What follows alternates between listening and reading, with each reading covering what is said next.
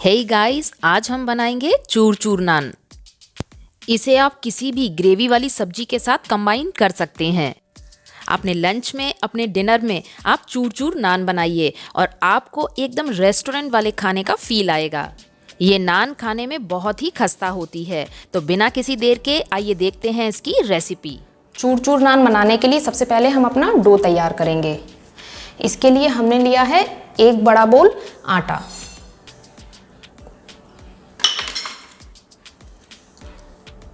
और जिस बोल के नाप का हमने आटा लिया था उसी के 3/4 हमें मैदा चाहिए। अब हम अपने टेस्ट के अकॉर्डिंग इसमें नमक ऐड करेंगे, थोड़ी सी कश्मीरी लाल मिर्च, साथ ही इसमें ऐड करेंगे 3 चम्मच दही,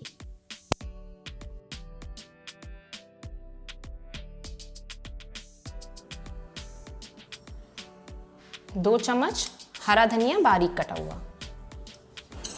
साथ ही इसमें ऐड करेंगे हम 3 बड़े चम्मच देसी घी। आप चाहें तो रिफाइंड भी डाल सकते हैं, बट देसी घी का फ्लेवर बहुत अच्छा आता है। अब हम इस मिक्सचर का डो तैयार करेंगे। सबसे पहले हम सारी चीज़ों को अच्छे से मिला लेंगे। आटे को इस तरह से कस के बांध के देखेंगे, और अगर हमारा आटा इस तरह से बंध के आ रहा है तो इसका मतलब हमारा मोयन परफेक्ट है। अब हम इसमें थोड़ा थोड़ा करके पानी ऐड करेंगे।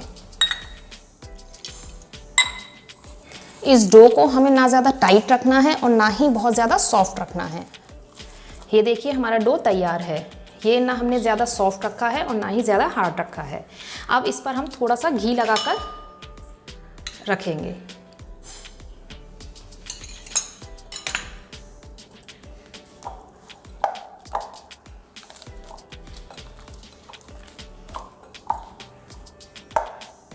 अब हम इसको आधे घंटे के लिए रेस्ट देंगे। जब तक हमने अपने आटे को रेस्ट पर रखा हुआ है तब तक हम अपने नान की स्टफिंग तैयार कर लेते हैं। इसके लिए हम लेंगे एक बोल कसा हुआ आलू, इसमें डालेंगे एक बोल कसा हुआ पनीर, एक बोल कटा हुआ प्याज। प्याज को हमने अच्छे से बारीक काट के रखा हुआ है। अब हम इसमें डालेंगे थोड़ा सा बारीक कटा हुआ हरा धनिया, थोड़ी सी बारीक कटी हुई हरी मिर्च। मिर्च को आप अपने टेस्ट के हिसाब से रख सकते हैं। साथ ही डालेंगे आधा चम्मच अनारदाना पाउडर, 1 चम्मच मोटा कुटा हुआ धनिया।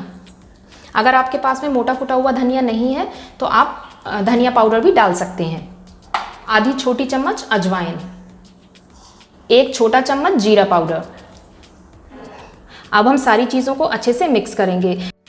यहाँ एक चीज़ इम्पॉर्टेंट ये है कि जब आप अपनी नान बनाने वाले हों ठीक उससे पहले ही इस मिक्सचर में नमक ऐड करें, अदरवाइज़ प्याज जो है नमक की वजह से पानी छोड़ सकती है और आपका स्टफिंग मटेरियल थोड़ा लूज़ हो सकता है, जिस वजह से हमारी नान बनाते समय फट सकती है। अब क्योंकि मैं तुरंत ही अपनी नान बनाने जा रही हूँ इसलिए नमक अभी ऐड कर रही हूँ। अपने टेस्ट के अकॉर्डिंग इसमें नमक ऐड कर लें। अब सारे इंग्रेडिएंट्स को अच्छे से मिक्स करें। मैं इसमें कश्मीरी लाल मिर्च ऐड करना पहले भूल गई थी, अभी मैं इसमें कश्मीरी लाल मिर्च ऐड कर रही हूँ। हमारी नान के लिए स्टफिंग मटेरियल तैयार है। अपने डो को मैंने 3 पोर्शंस में डिवाइड कर लिया है। अपने डो पर घी या रिफाइंड ऑयल लगाएं और इसे अच्छे से बेल लें। बेलते समय इसकी शेप की चिंता ना करें क्योंकि हमें इस अपनी बड़ी सी रोटी को रोल करना है। हर तरफ से अपने आटे को समान ही बेलें। ऐसा ना करें कि कहीं पतला है और कहीं मोटा हो। और ये देखिए हमारा डो एक बड़ी सी रोटी बनके तैयार हो गया है। आप इस डो को रोल करने का प्रोसेस पहले भी करके रख सकते हैं, यानी अगर आपके घर में कोई गेस्ट आ रहा है तो आप पहले से भी इसकी लोई बना के तैयार कर सकते हैं। अपने बेले हुए आटे पर अच्छे से घी लगाएं।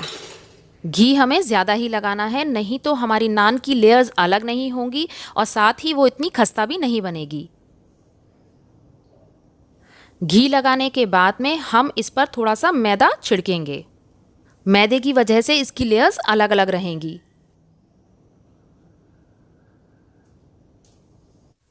अब हम इसे रोल करना शुरू करेंगे। इसको ना ही हमें बहुत ज़्यादा टाइट रोल करना है और ना ही बहुत लूज़। ये देखिए, हमें कुछ इस तरह से रोल करना है।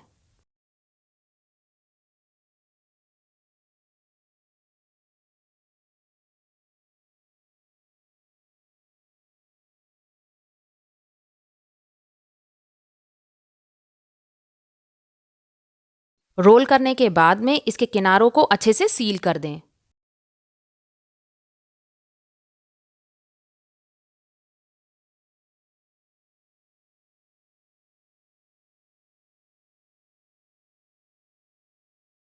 अब हम इसको 4 बराबर पोर्शंस में बांटेंगे।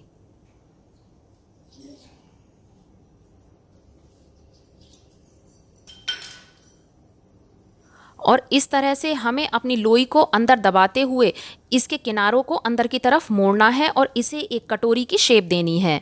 हमें कैविटी तैयार करनी है और इसी कैविटी में हमें अपनी स्टफिंग रखनी है। स्टफिंग को अच्छे से दबा के भरें। जब हम स्टफिंग को अच्छे से दबा के भरेंगे तब इसमें एक्स्ट्रा एयर नहीं रहेगी और हमारी नान बेलते वक्त फटेगी नहीं। वैसे तो चूर चूर नान का आटा हमारे हाथों में चिपकता नहीं है, लेकिन अगर आप चाहें तो अपने हथेलियों पे थोड़ा सा घी लगा सकते हैं।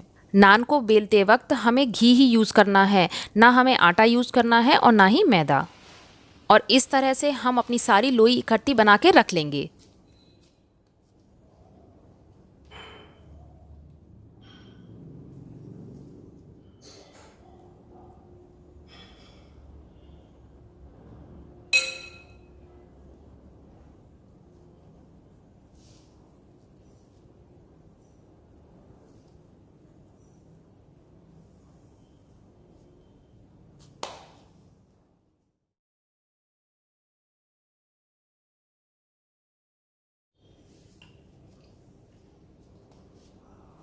अब हमारी नान बनने के लिए तैयार है। मैं इसे उंगलियों से ही बढ़ा रही हूँ। आप चाहें तो इसे बेलन से भी बेल सकते हैं, लेकिन बेलन के मुकाबले ये हाथ से ज़्यादा इजीली बनती है। स्प्रेड करने के इसके बाद में ऊपर थोड़ी इसके सी ऊपर हरा बारीक धनिया कटी लगाएं। हुई हरे धनिया की पत्तियां लगाएं और फिर इसे और फैलाना शुरू करें।